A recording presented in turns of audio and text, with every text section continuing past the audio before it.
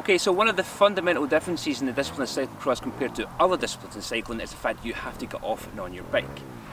This is obviously, Jeremy and Gabby, this is a three-parter. There's obviously a massive progression between, first of all, learning how to scoot on your bike to take on a barrier. So, any tips before we start doing some footage?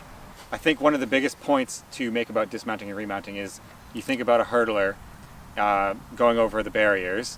They're not jumping over the hurdles, they're just lifting their legs up over the barriers. So just lifting your leg up and onto the bike and sliding onto it, matching your pedals and being able to go is huge. You don't want to take a huge leap because then you risk really landing inappropriately and hurting yourself, and no one wants that to happen. But this also, Gabby, this is also a fundamental part of the course, so you have to really think about, well, we spoke already earlier today about the fact that what's before and after. Yeah, there's a lot to think about. Learning the technique of dismounting and remounting in a cyclocross race is very important. It can make a big difference to your race. It can be the matter of a few seconds, which is very important in cross racing because often it's very close racing. As you're approaching the hurdles, there's a lot to think about. You need to make sure that your feet are unclipped, which we'll be covering, and that you are thinking ahead. So you're not just thinking about, I need to clear these barriers, you're thinking about what's after the barriers. So it's very important to make sure that you have the right gear selection. So when you remount your bike, you're in the perfect gear to carry momentum and get back up to speed. Excellent. Perfect. Well, let's go do some mounts and remounts. Yeah. And then The first part of the dismount and remount is learning, first and foremost, Jeremy, how to scoot on the bike. Can you talk us through what the scoot actually is?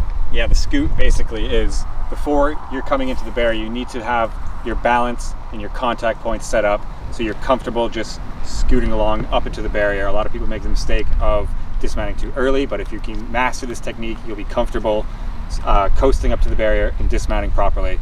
And so you basically start with, you have your foot clipped in or you have it in the middle of the pedal and you're approaching the barrier. You've got your hand on here and you've got your saddle against your hip, keeping it balanced. And essentially you just go around in a circle and you practice scooting.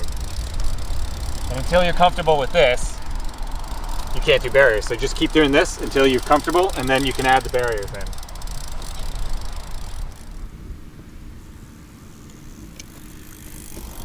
So that's the first part of the remount. The second part is the most important part. Jeremy, can you talk us through it? Yeah, getting on your bike is a huge skill, especially after getting over barriers.